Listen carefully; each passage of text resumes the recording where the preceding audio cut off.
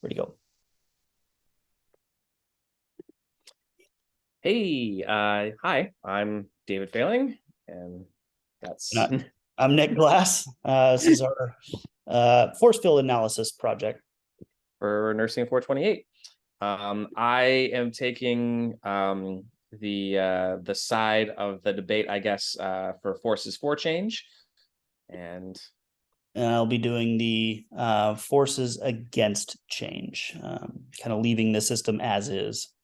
so we went through the force field analysis for and against together. And made our arguments for what number we would like to put and why. So for the first one, the proposed change promises new usability versus current system is well established and will take substantial time to retrain. Nick made more of a stronger argument for the time, money, and effort to retrain, since the current system works just fine. So we gave that a stronger number value over the 3 for the proposed change, kind of like a neutral number. Like, yeah, it would promote usability, but still not enough to offset the required amount of time, money, and efforts to retrain everybody in the hospital system on how to use it. Yeah, and like my big thought process was just like how, and I'm kind of coming from a little bit of like an emergency room standpoint, just and like seeing how like busy nursing staff is, and to try and like retrain a big group of nurses into that are super busy, to learn a new EHR system that everybody seems to know it really well right now. It just seemed like it would be a major undertaking. Yeah, and I'm coming from a hospital system where, yeah, the system might not talk to each other, but the system that we use in surgery and anesthesia has been designed specifically for those purposes, and the flow just makes everything run a lot smoother since it's designed for that purpose. And I'm sure it works the same in the ED versus the ICU versus the floor. And I know interportability of records is a thing, but I feel like it's still not enough to upset the balance of things. Yeah. So the next line, um, the new system adds more features to improve efficiency, um, versus more features will require additional training and certifications to implement. Uh, I I said 4 because yeah, basically if the hospital has the opportunity to build it, they can build in whatever features they want, or alter or adapt or change or update any features, manipulate any features within the system to make it work for them. So if they want to improve their efficiency or model it after the current system that they have, they would be able to do that. So I feel like that won the for change. Yeah, and like against, I honestly, I feel like this is actually a pretty weak argument, requiring training and certifications to implement. I mean, realistically, we're as nurses, we're constantly learning, constantly evolving. This is my own argument, but I'm really I don't really think this is a very valid argument. Realistically, I probably should have given it almost like a 2, but to require certifications and training for something like this, I think is absolutely needed for new systems and to come into place. And I think that's a kind of a little bit of a poor excuse, but it's still kind of a line of debate, I guess. Mhm. The next one, I think we both agreed on this, that like reduction of user duplication versus multiple vectors of documentation, ensuring all charting is completed, kind of low on the priority list. I mean, if it is duplicated, it's duplicated, and if it's not, at least it's in the chart. So, Mm. you know, I don't necessarily know if either of those is a great argument for or against, which is kind of why I think we both agreed that we rated it a little low, right? Yeah. Yeah. Let's see. This one was interesting. Mhm. So yeah, the new system would come preloaded with ease of use training modules embedded in the upgrade, versus not a valid way to ensure training is received. So, our kind of thought process on that one, um, you know, let's see. We both agreed. Yeah. I'm trying to think of my reasoning for this. No, that's all good. We both agreed, if I remember correctly, when we were filling out the form, we both agreed that regardless of whether there are training modules built into the system or supplemental training modules that you have to watch on the system, unless there's a person actually training you hands-on, people just click through those. They just click through them to get them done. They click through them to get to the screen that they want to get to. Ignore. Training module fatigue.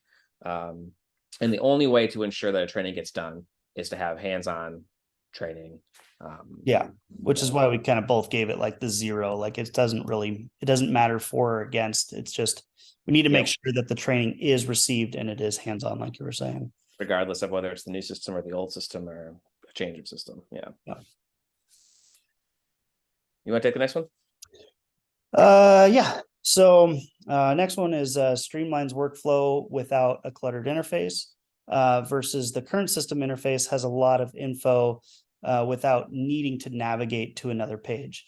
So like a lot of the new systems are kind of like streamlined as far as like how you can kind of navigate from page to page to page. Whereas like in the current way that I've seen like kind of EHRs as they are is like, it gives you a whole big, 1-page single kind of layout of everything you need to see at a glance. And I feel like realistically both ways can be, hang on a sec, buddy.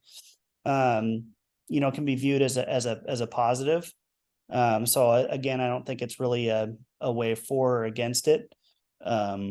But it's really personal preference, I think, at this point. And that's why we had the score tied at 3 and 3. Like, yeah, they're both, it's personal preference. So they're both benefits for essentially, not a 2 or below. They're both versions of a personal preference. And so therefore, no one's going to have a more of a preference for one or the other. So tied at 3, still important, but yeah.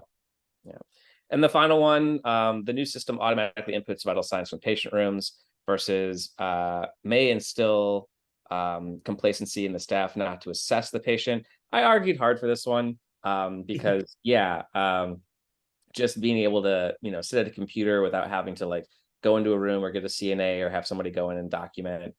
You still have to validate that data as a nurse, even though it pulls it in, you still have to validate it. So I think that's what kind of convinced Nick to that gets a priority of a 4 over a 3.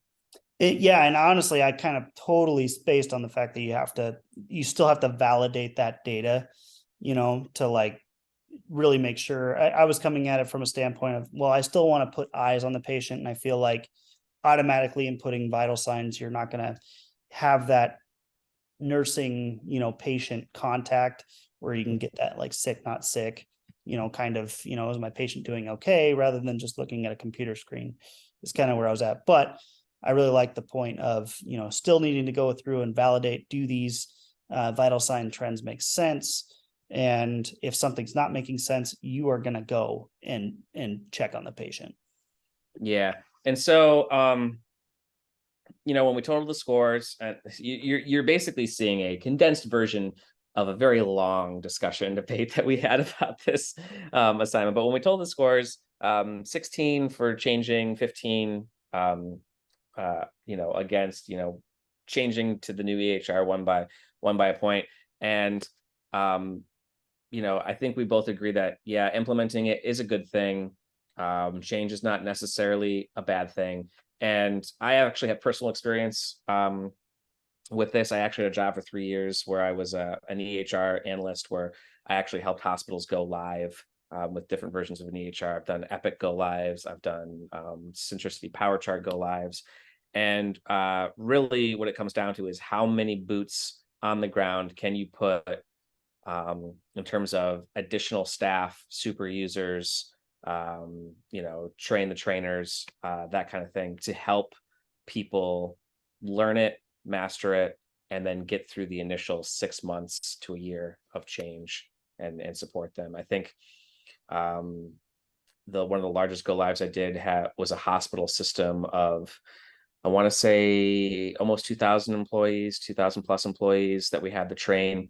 And there were 180, 200 of us hired, where we were just on the floors, on the units, red shirts, badges. Everybody knew who we were. If anybody had a question, we'd go over to them and help them out. So that's really what it comes down to, is if the hospital is willing to make that investment in personnel, time, money to train their staff and make sure everybody receives the proper training, then yeah, it can be a pretty smooth transition. Yeah, that's some valuable experience right there. Well, yeah, teaching, basically what it came down to was teaching like really, really old doctors the difference between left and right click. Keyboard shortcuts, control C, control V, control P, all that stuff. And then building their notes. That was honestly the craziest thing. Was that's how I learned about what physician notes were, what ED notes were, what nursing notes were, is because all of these doctors had these custom notes in the old system, dated system, that they had built and saved over time. Like some of them were DOS based. I you not. Wow.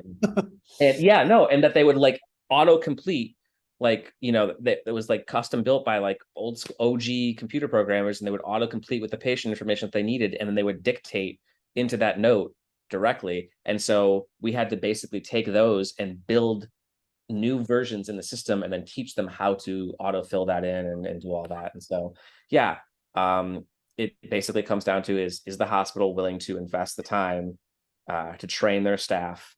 It's a lot of money. It's a lot of new personnel and new hiring, and we're only there for like, a year and a half max before they downsize the crew. But yeah, it can be done. It can be done well. I've seen it done well, and I've seen it done horribly, and that's what makes the staff resent the new EHR, right? Like if it's done bad, they hate it. So yeah. Well, cool. I think that kind of wraps up that. So yeah, sweet.